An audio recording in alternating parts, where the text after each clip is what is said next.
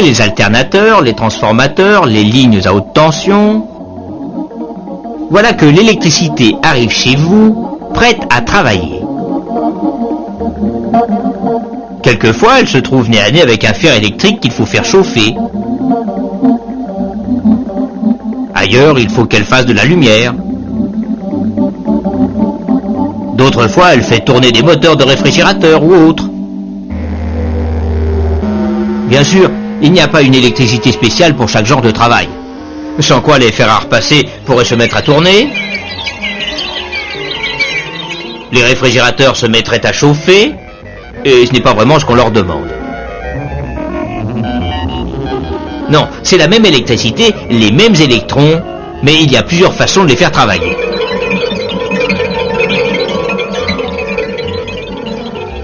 Les messieurs qui avaient inventé l'électricité avaient bien remarqué que lorsqu'on fait passer un courant dans un conducteur, cela dégage toujours de la chaleur. Évidemment, si le courant est faible, ou si le fil est gros, les électrons n'ont pas de mal à passer et ça ne chauffe pas énormément. Mais si le fil est plus résistant, cela chauffe. Alors là, je vous prie de le croire. Ce premier effet qui transforme l'énergie électrique en énergie calorifique, nos messieurs l'appelèrent l'effet fer à repasser. Non, pardon, l'effet Joule. Et en mettant un fil encore plus résistant, cela chauffait à blanc et faisait de la lumière. Mais malheureusement, pas pour longtemps. Parce qu'à cette température-là, les atomes du fil s'entendent avec les atomes d'oxygène de l'air pour faire je ne sais pas très bien quoi, mais en tout cas le fil brûlait, se coupait.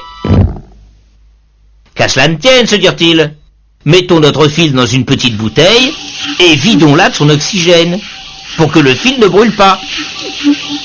C'est ce qu'on a appelé depuis l'ampoule électrique.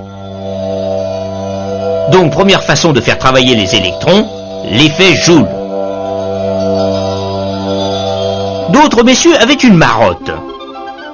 Eux, ils faisaient des bobines avec du fil électrique qu'ils enroulaient autour d'un noyau de fer et, quand le courant passe, cela fait un aimant.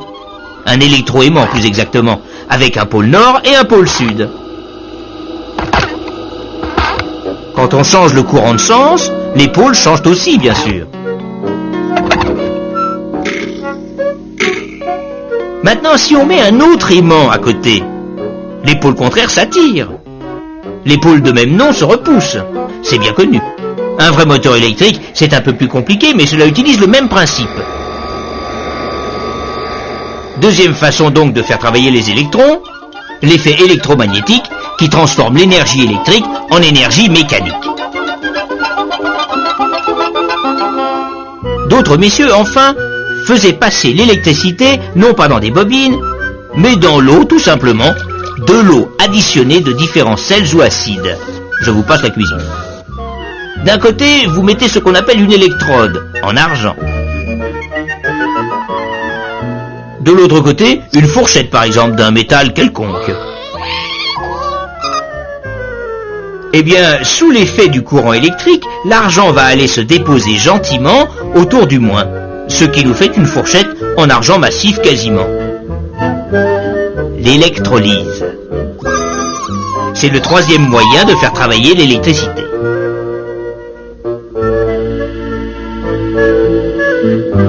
Et l'eau elle-même, qui comme chacun sait est faite d'un atome d'oxygène et de 2 atomes d'hydrogène, est décomposée par l'électricité.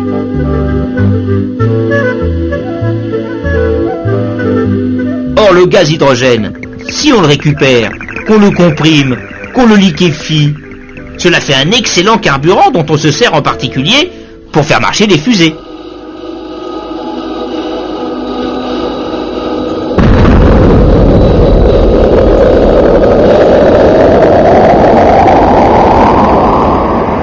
Oui, on peut en faire des choses avec l'électricité.